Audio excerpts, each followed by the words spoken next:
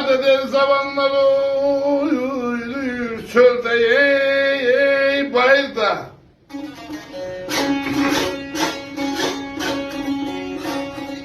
Ayet zamanlar uyur çölde bayırda.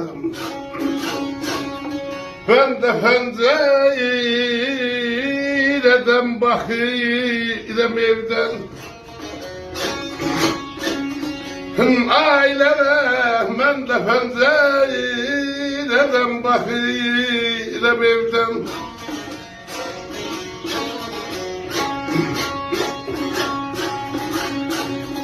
Ayak bizim sürey kozalın yanından. Çölüm yollara yakırım evde.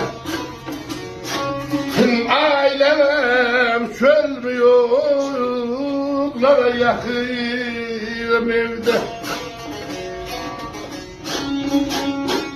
Zamanlar öyle çölde bayırda, ben de pencereden bakırım. Dizim tutmur kozalığın elinden, çölümü ateşe yakırım evde.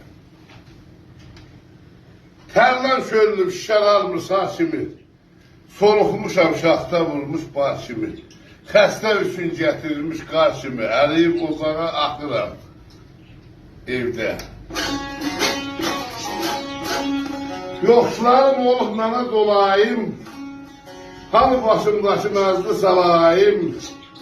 Elə bir amala sürtülüb gedib qalayım, köhnə qazan kimi paxıram evdə.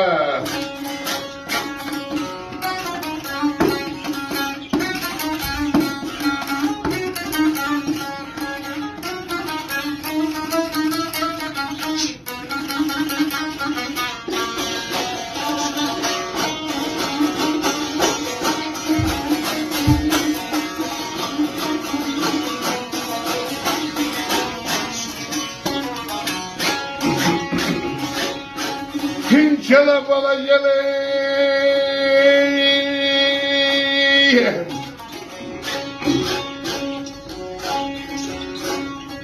Ay şemşire maya kalıp saçım ey sakalım. Kozanı yüz verip olur falan. Ailenem kozanı yüz verip olur falan.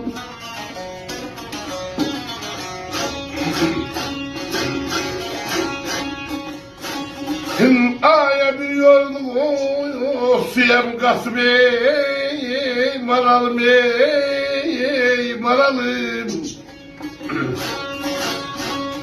Tüfenci hayır yasakırım evden.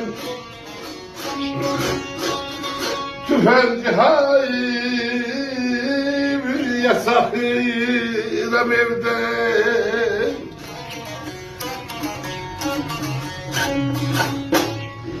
Diye şemsiye mağarı saçım sakalım kozalıp yüz verip bozulup kalım. Bir yolumu oxşuyam kasık maralım tüfenci havaya çakıram evde. Evde eşyanısınız kalmasın, hamısı gezmekte, dolanmakta, yemekte, içmekte olsun. Sağlığınızda geldiğinizi bilin. Öpürəm, var olun, sağ olun.